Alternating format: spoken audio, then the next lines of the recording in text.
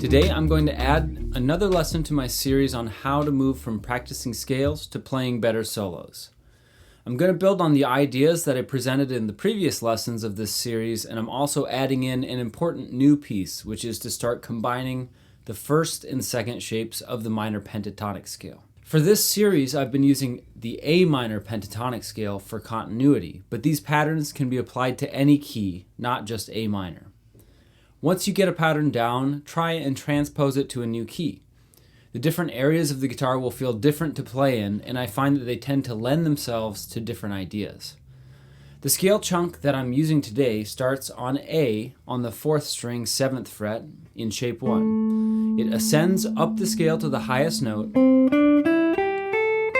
then slides up to the next note of the scale, which is the 10th fret on the 1st string.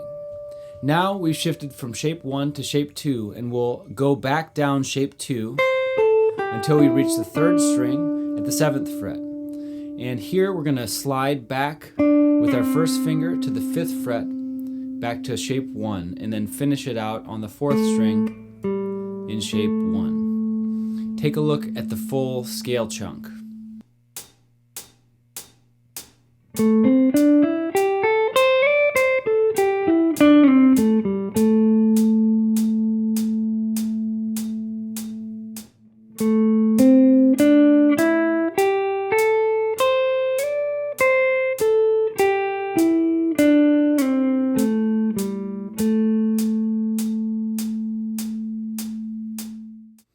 All the exercises in this lesson will begin on the upbeat or the and of 1.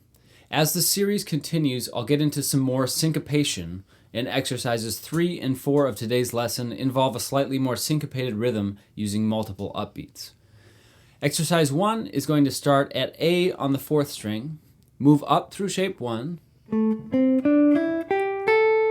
and then slide with the 3rd finger into shape 2 on the 1st string, resolving back down to A on the 2nd string in shape 2.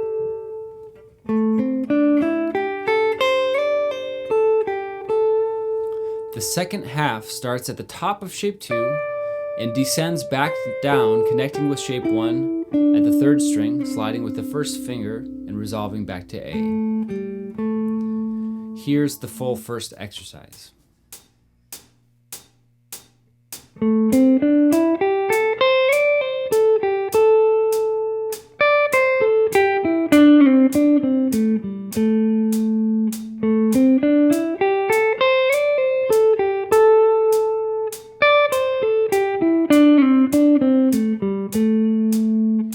Mention that you can transfer from one shape to the next at any point in the scale. If you look at this diagram of the 5 pentatonic shapes, you can see that in each shape, the second note that you play on each string is the first note for the next shape on that string.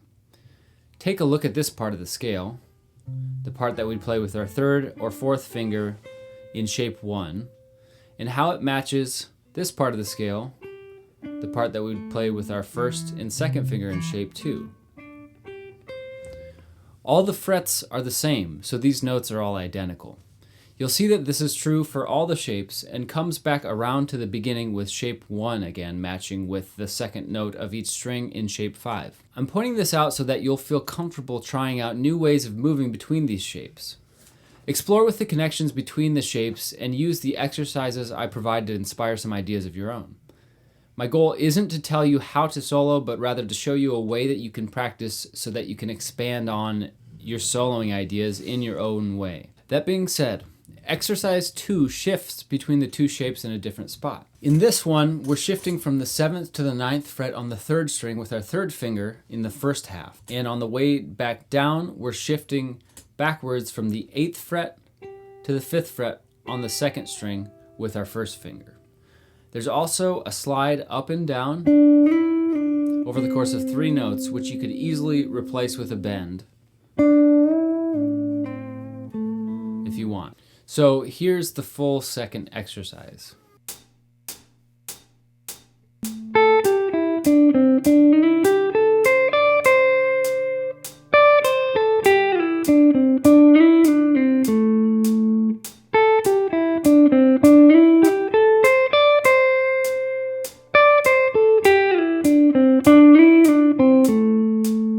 In the last lesson and this lesson, I introduced phrases beginning on the upbeat or the and of 1. Just to review, the downbeat is what we call the beginning of the beat, where we'd count out the beat number. The upbeat is the second part of an eighth note pair, where we'd count the and. So counting every eighth note would sound like this: 1 and 2 and 3 and so on.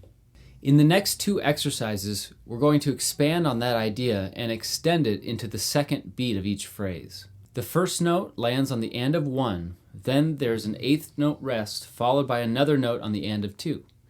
There is one more syncopation in this exercise, and that's where each 2-bar phrase lands.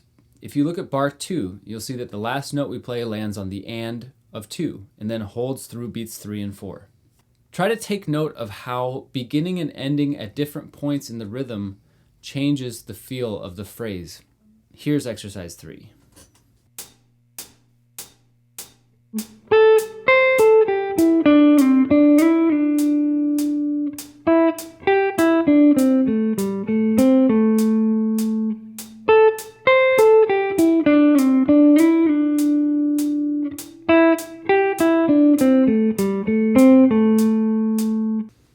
In the last exercise for today, I revisit the idea that I talked about in part 3 of this series, which is barring, or using a small portion of a bar as a way to switch between 2 strings on the same fret, like this, or this.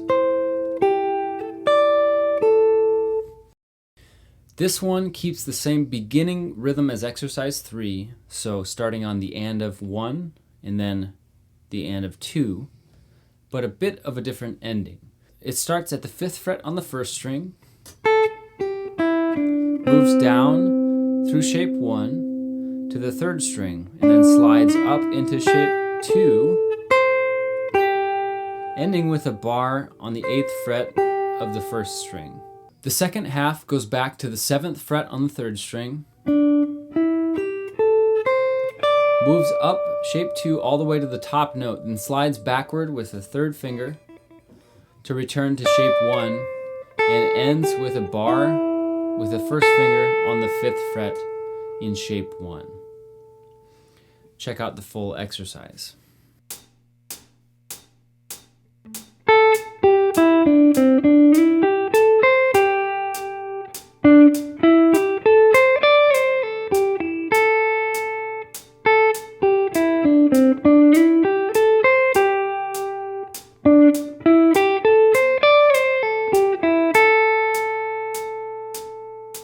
Thanks for taking the time to check out this lesson. I hope you found it useful.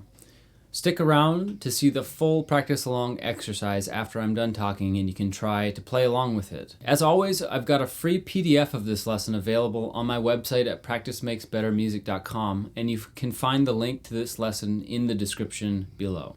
I just launched a new area of my website that is a resources area where I'll be posting scale and chord diagrams for you to use as a reference. It's all free, and I thought it would be a great way to add some value for you and to have my own database. It's still in the early stages, so there isn't a ton there yet, but I'll be adding to it each week. So if there's anything specific you'd like to see there, just let me know, and I'll prioritize what you're interested in seeing. While you're there, please consider signing up for my mailing list. I have exclusive content coming soon for email subscribers, including a free mini course that I'm working on that won't be available outside of those on my mailing list. So you can find the sign up via another link in the description below. Thanks for tuning in, and here is the full practice along exercise.